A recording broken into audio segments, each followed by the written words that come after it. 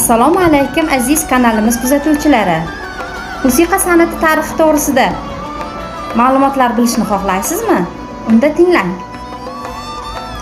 9-13 asr boshlarida musiqa san'ati ham g'oyat taraqqiy qiladi.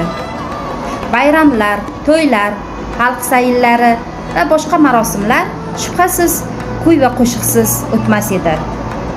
Bu davrda sozandalar, ud, tanbur, qobiz, rubob, nay, surnay, karnay, qo'shnay kabi g'oyat xilma-xil torli, zarbli va puflab chaladigan cholg'u asboblaridan keng foydalanadilar.